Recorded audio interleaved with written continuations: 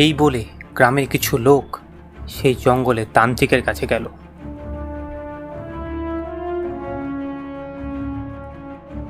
এই হলো সেই তান্ত্রিক, বুঝলে? দেখে তো মনে হচ্ছে কোনো ধ্যানে ধ্যানে বসছে হয়তো। এ নিশ্চয়ই কোনো খারাপ উদ্দেশ্যের জন্য এসব ধ্যান ধ্যান করে। তাহলে চলো আমরা সবাই যাই, এখানে আর সময় নষ্ট না করে। বাবা, ও তান্ত্রিক বাবা, বাবা। কি রে, তোরা এখানে আবার চলে এসেছিস আমাকে বিরক্ত করার জন্য? আপনাকে কাল রাতে একটা প্রশ্ন করেছিলাম, সেটার উত্তর না দিয়ে আপনি চলে গেছিলেন। আজ এসছি আমরা সেটারই উত্তর জানতে। আমি তোদের কোনো প্রশ্নের কোনো উত্তর দিব না, চলে যা তোরা এখান থেকে। মাফ করবেন বাবা, আপনি এই গ্রামে যবে থেকে আসছেন তবে থেকেই এই গ্রামে কারুর না কারুর মৃত্যু হয়েই চলছে। একটু বলবেন আপনি আমাদের গ্রামের এরকম ক্ষতি করছেন কেন? তোরা শুনতে চাস তো? তাহলে শোন। আজ থেকে কিছু বছর আগে এই পাহাড়ে আমি ধ্যান করছি। তখনই আমার কাছে একটি ছেলে আসে। এই কে কে রে? আমার ধ্যান ভঙ্গ করলি? বাবা, আমি সিদ্ধার্থ। আমার এই পৃথিবীতে কেউ নেই। আমি আপনার কাছে থাকতে চাই, আপনার শিষ্য হয়ে। না না, আমি কাউকে শিষ্য করি না, চলে যা এখান থেকে।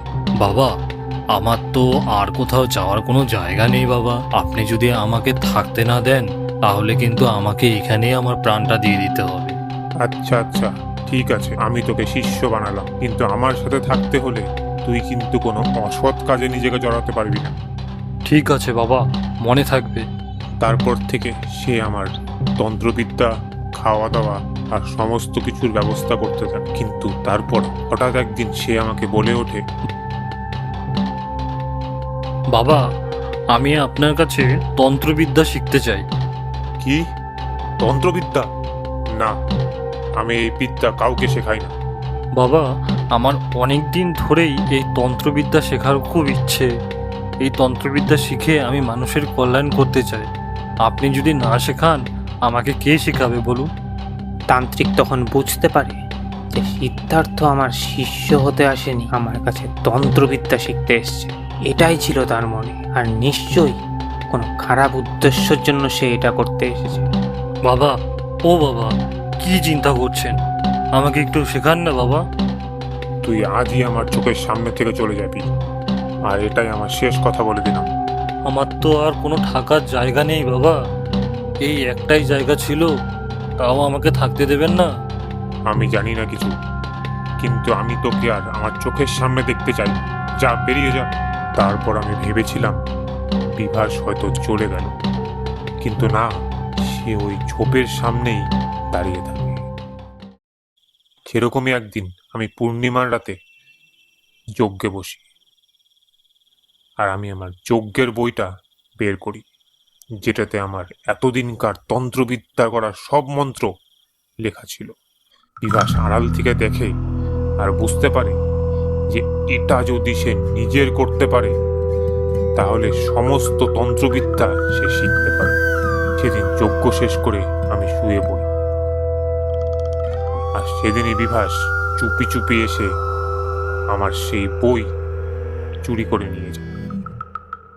পরের দিন আমি ঘুম থেকে উঠে দেখতে পাই আমার সেই বই আর সেখানে নেই। আমার দৃঢ় বিশ্বাস যে ওই বইটি বিভাসই চুরি করেছে। আমি ধ্যানে বসে জানতে পারি সিদ্ধার্থ নাম করে যে এসেছিল সে আসলে বিভাস, আর সেই আমার তন্ত্রের বই চুরি করেছে। আর সে এই বই পড়ে তন্ত্রবিদ্যা শিখে গ্রামবাসীদের থেকে বদলা নিতে চায়। বিভাস এই বই পড়ে জানতে পারে নরপিচাস হতে গেলে এই প্রাণ তাকে দিতে হবে, আর আমি ঠিক সেই জায়গায় পৌঁছতে পৌঁছতেই বিভাস নিজের গলা কেটে নিজের প্রাণ দিয়ে দেয়।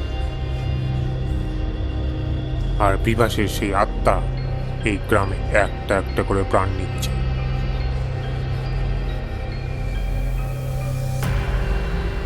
তাই প্রতি রাতে গ্রামে ঘুরে ঘুরে, পুরো গ্রামকে তো নয়, আমি একটা একটা করে বাড়ি মন্ত্র দিয়ে বন্ধন করে আসি, যাতে বিভাস তোদের কিছু করতে না পারে। কাল যদি তোরা আমাকে সেই সময় না আটকাতি তাহলে সেই লোকটিকে আজ মরতে হতো না। মাফ করবেন বাবা, আমাদের সকলকে মাফ করবেন। আমরা আপনাকে অনেক কথা শুনিয়েছি, আপনি কিছু মনে করেন না। হ্যাঁ বাবা, আমাদের সবার একটা ভুল হয়ে গেছে। আপনি আমাদের এই পিচাসের হাত থেকে বাঁচান বাবা।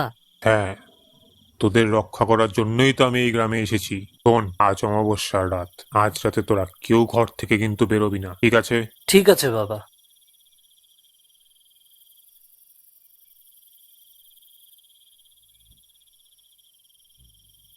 নিমাই, এই নিমাই। কেউ ডাকছে মনে হয়, কিন্তু এই অমাবস্যা রাতে কে এলো?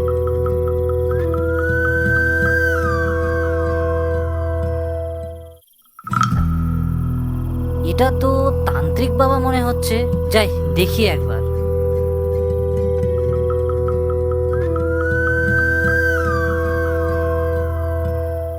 তান্ত্রিক বাবা, তুমি এত রাতে আমাদের বাড়িতে?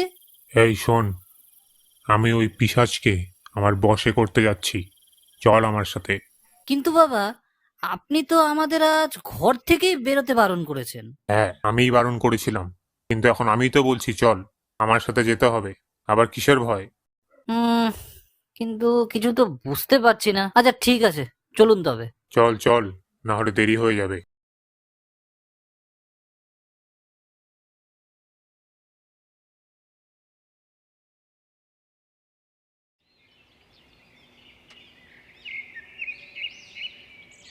পরের দিন সকালে মোহনলাল সেই তান্ত্রিক বাবার কাছে যাচ্ছিল।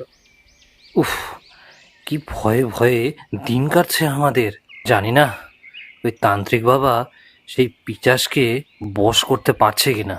মোহনলাল হাঁটতে হাঁটতে জঙ্গলের মধ্যে হঠাৎ দেখল এক মৃতদেহ পড়ে আছে। কে? এ তো দেখে মনে হচ্ছে নিমাই। সে সে এভাবে পড়ে আছে কেন? দেখে তো মনে হচ্ছে মৃত। না না, এখনই সবাইকে জানাতে হবে। যাই।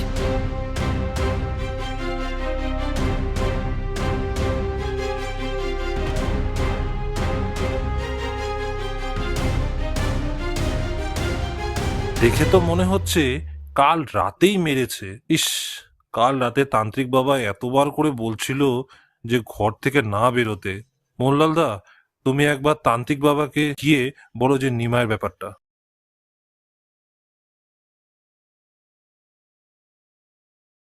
তান্ত্রিক বাবা এই কথা শুনে সঙ্গে সঙ্গে সেখানে যায়। হ্যাঁ, এই সেই পিশাচেরই কাজ। আমরা এখন কি করব বাবা? আমাদেরও কি এই অবস্থা হবে নাকি? না না, আমি থাকতে এই গ্রামে আর কাউকে মরতে দেব না। কাল আমি ধ্যান করে জানতে পারি ওই পিশাচ দিনের বেলা কোথায় থাকে। কোথায় বাবা? এই গাছতলায় তোরা বিভাসকে মেরে তাড়িয়ে দিয়েছিলি, এখানে চল। তান্ত্রিক আর গ্রামের সবাই এই গাছতলায় যায়। সেখানে গিয়ে তান্ত্রিক এক মন্ত্র বলতে শুরু করে।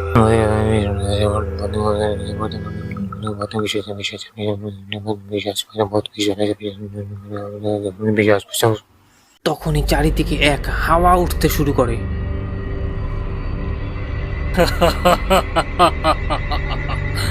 মরবি, মরবি, তোরা সব মরবি। তারা আজই তুই শেষ হবি শয়তান। আয়, চলে আয় এই বোতলের ভেতরে।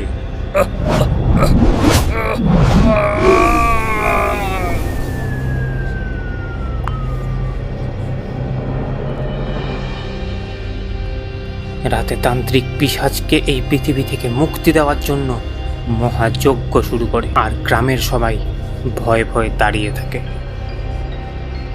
হঠাৎ সেই পিশাচ বোতল হেঁটে বের হয়ে আসে। এসব করে কোনো লাভ নেই, কিচ্ছু হবে না এসব করে। ছাড়বো না, আমি কাউকে ছাড়বো না।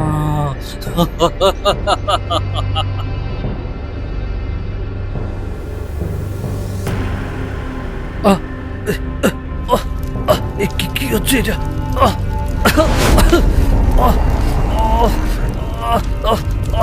এবার দেখ তোর কি হয়।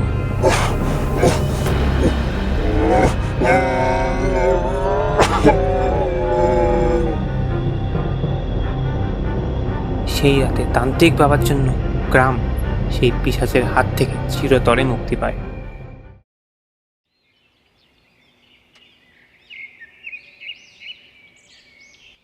পরের দিন সকালে তান্ত্রিক বাবা গ্রাম ছেড়ে চলে যেতে থাকে। বাবা, আপনি চলে যাবেন আমাদের গ্রামের থেকে? আমাদের এত বড় ভুল হয়ে গেছে আপনাকে বুঝতে। আপনি আমাদের এত বড় বিপদের হাত থেকে রক্ষা করলেন, আমরা একটু সেবা করার সুযোগ পাবো না বাবা? হ্যাঁ বাবা, আপনার সম্বন্ধে কিছু না জানতে পেয়ে আপনাকে কত কথা শুনিয়েছি। আমাদেরকে ক্ষমা করে দিবেন বাবা, আর আমাদের একটু প্রায়শ্চিত্ত করার সুযোগও দেবেন না? দয়া করে আর কটা দিন যদি একটু থেকে যেতেন। আরে না রে, আমি হয়তো তোদের জায়গায় থাকলে এই একই কাজ করতাম। আর আমি তো এক জায়গায় বেশি দিন থাকিও না, তোদের আর কোনো ভয় নেই। ভালো থাকিস তোরা সবাই। এই বলে তান্ত্রিক বাবা সেই গ্রাম থেকে চলে যায়।